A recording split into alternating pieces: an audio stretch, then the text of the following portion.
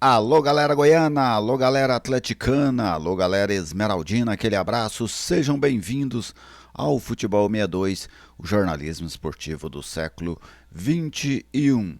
Chegou o dia do início da final do Campeonato Goiano. Estão animados? Começa hoje Atlético e Goiás, jogo de ida.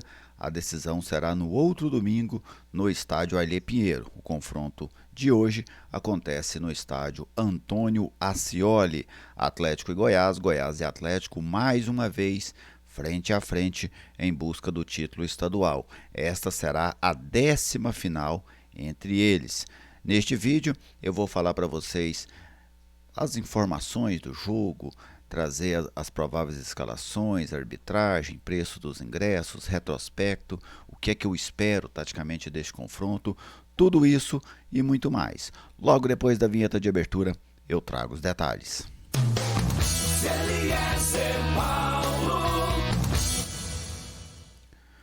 Eu estou aqui no Futebol 62 e com alegria recebo a sua visita. Seja bem-vindo ao canal. É uma satisfação contar com a sua audiência. Se você ainda não é inscrito, se inscreva.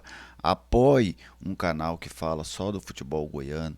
Vamos ser bairrista, vamos apoiar o que é aqui da nossa terra, vamos apoiar quem se dedica ao futebol aqui da nossa terra. Deixe aquele like para prestigiar o nosso trabalho, fique à vontade para fazer o seu comentário, a sua pergunta, a sua participação é sempre muito bem-vinda aqui no Futebol 62. Quem está conosco aqui no canal é a Viegas Printer Locação de Impressoras.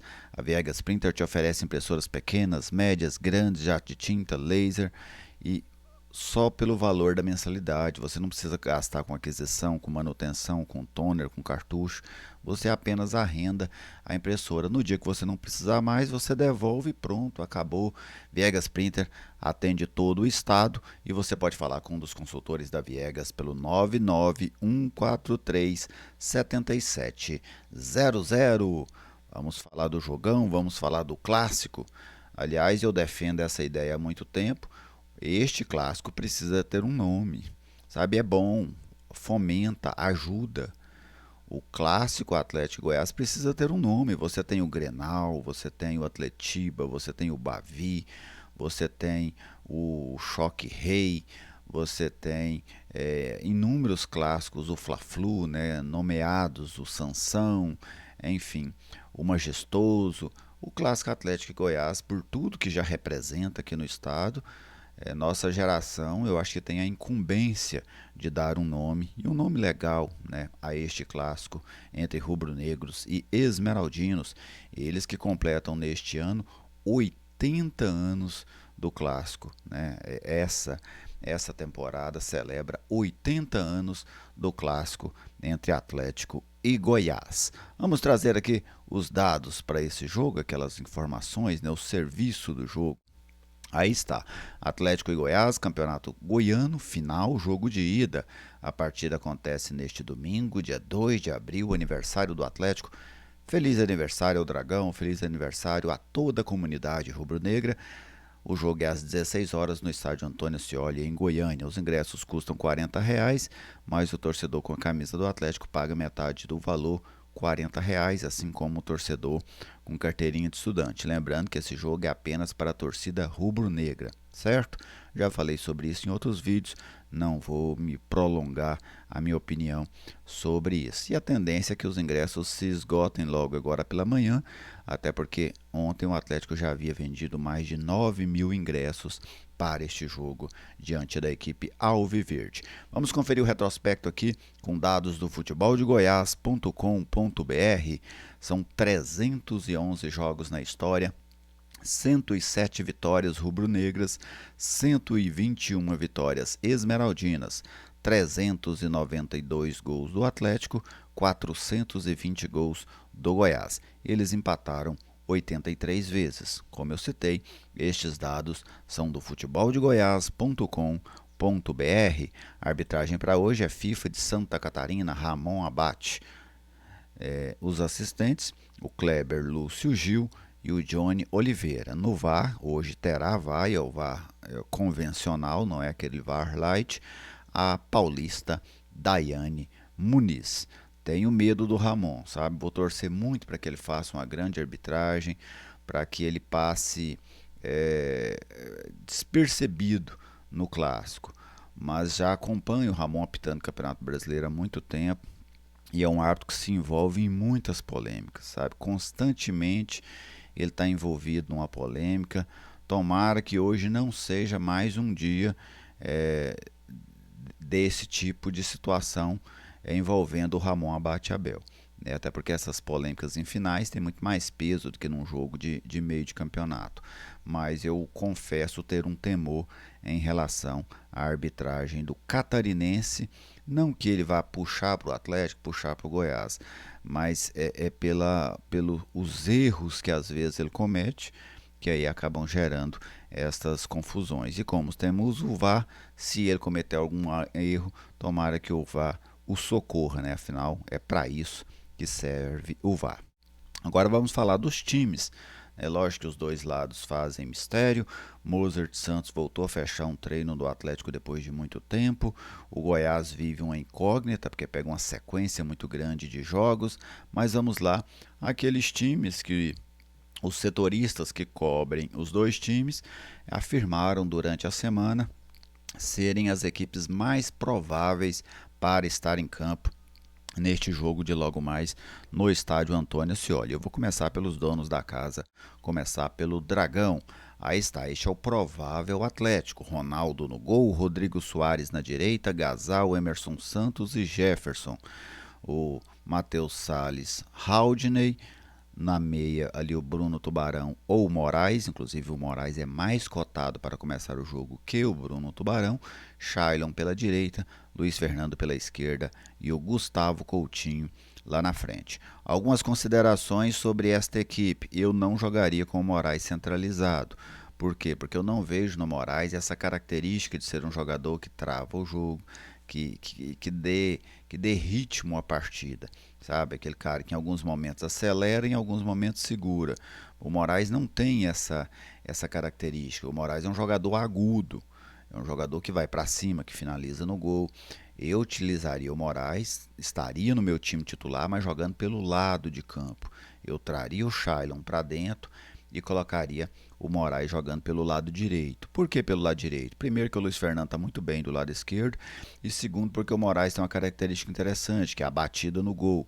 Então jogando pelo lado direito, isso facilitaria para ele fazer aquele facão, trazer a bola para dentro e finalizar contra o gol da equipe alviverde.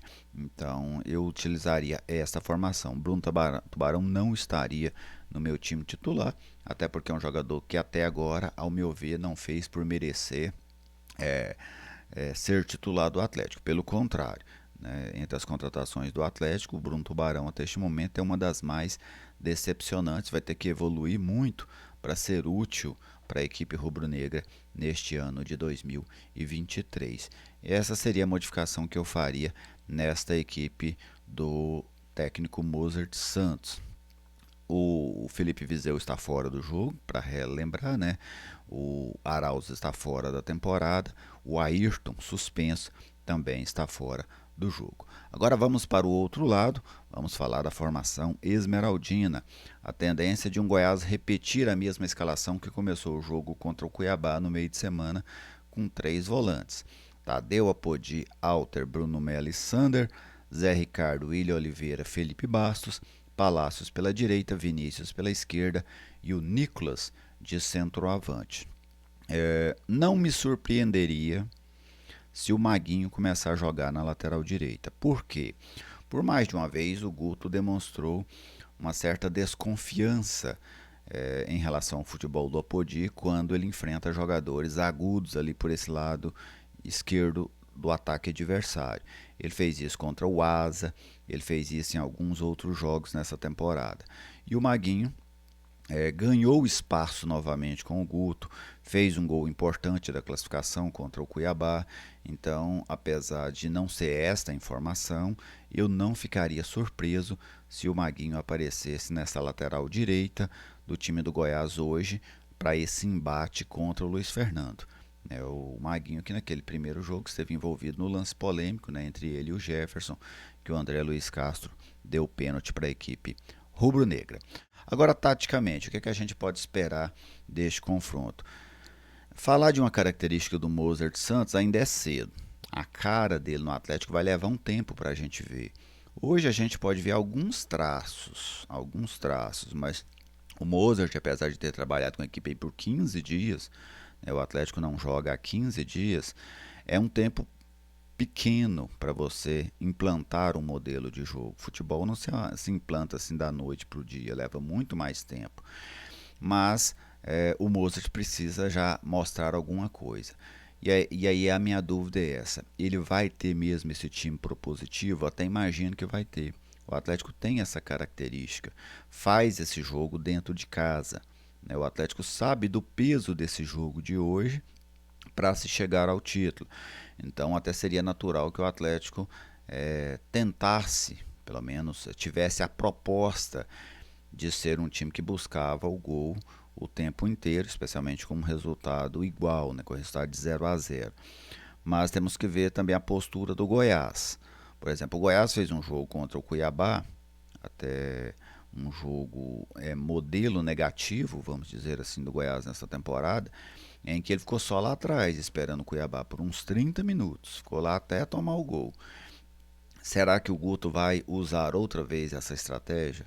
Ou o Guto vai tentar ter esse controle do jogo? Né?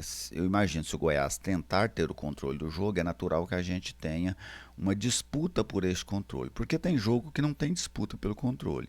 Um time adota a postura reativa, dá a bola para o outro e explora os contra-ataques. E tem jogos que as equipes duelam pelo controle do jogo.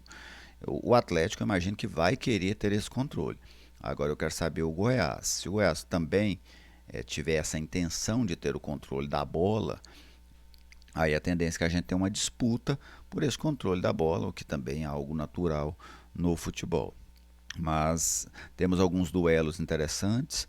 Por exemplo, se o Apodi jogar pelo lado direito do Goiás, o Luiz Fernando tende a ter por ali um, um espaço interessante para ele agredir. O Apodi não é um jogador de forte marcação, mas existe o outro lado. O Apodi também tende a dar muito trabalho para o Luiz Fernando, porque em alguns momentos ele vai obrigar o Luiz Fernando a acompanhá-lo praticamente até dentro da área do Atlético, onde o Luiz também não tem um grande poder de marcação. Então, eu até imagino que esse lado de campo, que é o esquerdo do Atlético e o direito do Goiás, tem um grande fluxo de jogadas por ali, tanto no setor ofensivo do Atlético como no setor ofensivo do Goiás. O Atlético tem um ataque muito poderoso até agora, com a média superior a 2 gols por jogo na temporada, mas enfrenta do outro lado também uma defesa muito consistente. A defesa do Goiás com 2 zagueiros com bom desempenho, um lateral esquerdo também, um goleiro muito bom. E você tem do outro lado um desafio, para mim, o maior desafio do Atlético no jogo, que é o seu sistema defensivo. O Atlético precisa funcionar defensivamente. Se o Atlético mantiver o nível médio de atuação na temporada, eu falo no quesito defensivo, a gente caminha para ter um jogo com muitos gols no Ascioli. Porque o Atlético tem um ataque muito eficiente, mas tem ao mesmo tempo uma defesa que não passa segurança. O único jogador, pelo menos na minha visão, talvez você torcedor tenha uma outra visão diferente, que passa confiança na defesa do Atlético é o goleiro Ronaldo. Para mim, os outros todos, mesmo o Emerson Santos, que é mais experiente, para mim são defensores questionáveis. Os dois laterais, o Lucas Gasal, o Emerson Santos ainda precisa evoluir para ser aquilo que se espera dele. Então é um sistema complicado para a equipe do Atlético. Por jogar dentro de casa e por ter menos pressão, por que menos pressão? O Atlético é campeão goiano. O Atlético ganhou as 4 últimas disputas de mata-mata contra o Goiás. O Goiás vive um jejum de 4 anos sem conquistar o estadual, vive essa sequência de fracassos nos duelos diretos contra o Atlético. Eu acho que a pressão sobre o Goiás é maior do que sobre o Atlético. O Atlético tem uma pressão natural de uma final, que é grande. O Goiás tem essa mesma pressão e ainda carrega esses outros fantasmas de ser derrotado pelo Atlético, de não conquistar o estadual há 4 temporadas. Então isso também gera uma pressão extra. Vamos ver se essa equipe do Goiás, no meio de semana, ela conseguiu lidar bem com isso. Se ela vai conseguir lidar bem também neste jogo no Ascioli. Eu vejo o Atlético com um pouco mais de possibilidades de vitória que o Goiás. Tendência de um jogo equilibrado, mas para mim o Atlético tem um pequeno favoritismo no jogo. E para mim esse jogo de hoje tem um peso muito grande na decisão do título. Se o Atlético ganha o jogo, eu acho que o Atlético se aproxima demais da conquista, mesmo que seja uma vitória simples. Porque aí você vai para o segundo jogo com vantagem, e jogar com vantagem é muito bom.